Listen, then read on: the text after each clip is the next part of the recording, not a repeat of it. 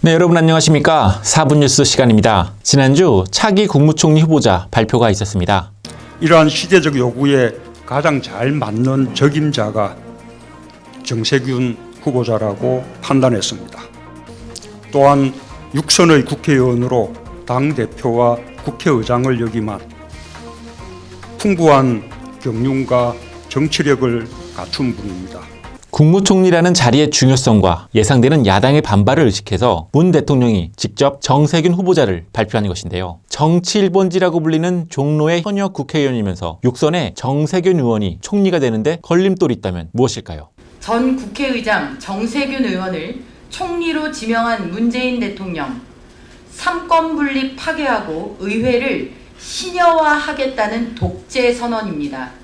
네, 자유한국당 전희경 대변인의 말입니다. 정 후보자 지명은 삼권 분립을 파괴하고 의회를 신여화하겠다는 의도라고 말하고 있습니다. 그렇다면 정세균 후보자는 총리 제안을 쉽게 받아들였을까요?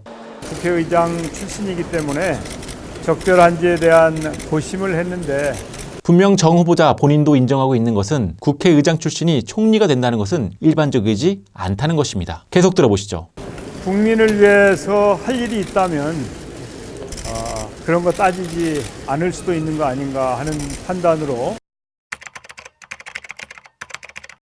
오늘 4분 뉴스는 정세균 후보자 지명의 적정성을 따지기보다 국회의장 출신의 정 후보자 총리 지명이 왜 일반적이지 않은지, 왜 상권 분립을 파괴한다는 비판을 듣는지 짚어보고자 합니다. 먼저 질문 하나 드리겠습니다. 삼권 분립, 이 말은 너무도 잘 아실 텐데요. 이 삼권이 뜻하는 것은 무엇일까요? 바로 많은 분들이 아시는 것처럼 바로 입법부, 사법부, 행정부를 뜻합니다. 대한민국 헌법은 국가 권력을 셋으로 나누고 있습니다. 법을 만드는 입법부와 만들어진 법을 적용하는 사법부, 그리고 정책을 집행하는 행정부입니다. 이 세 권력기관은 서로 견제와 균형을 유지해 국가 권력이 어느 한쪽에 집중되지 않도록 합니다. 여기서 입법부의 수장은 국회의장이고 행정부의 수장은 대통령입니다. 입법부 수장, 즉 국회의장을 지낸 정세균 후보자가 행정부 수장인 대통령이 아닌 행정부 2인자인 국무총리로 옮기는 것에 대해 말들이 많은 것입니다. 여기서 한 가지 더 살펴보아야 할 것은 대한민국의 의전서열 순위입니다. 대한민국에서 가장 높은 서열, 바로 조금 전에 보여드린 상권분립표에 다 들어있습니다. 그렇다면 대한민국 서열 1위는 누구일까요? 여러분 아시는 것처럼 대통령 중심제를 추구하는 대한민국의 서열 1위는 행정부 수반인 대통령입니다. 그렇다면 2위는 누구일까요? 입법부 수장인 국회의장입니다. 3위는 사법부 수장이 되겠죠. 그런데 사법부에는 두 개의 큰 기관이 있습니다. 대법원과 헌법재판소가 그것이죠. 그래서 두 기관의 수장인 대법원장과 헌법재판소장이 각각 3위와 4위입니다. 그리고 5위가 바로 국무총리입니다. 즉 정세균 총리 후보자는 국가 의전서열 2위에서 5위로 뜻하지 않은 강등되는 것이기 때문에 일반적이지 않고 고문이 됐다고 말하는 것입니다.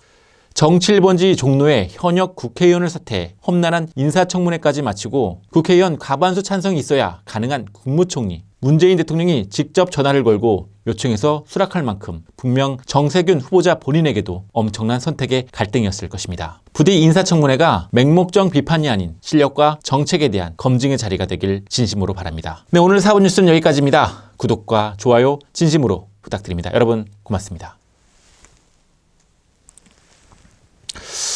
서열 얘기가 나와서 생각해보니까 우리 집 식구가 3식구인데 내 서열이 3위더라고.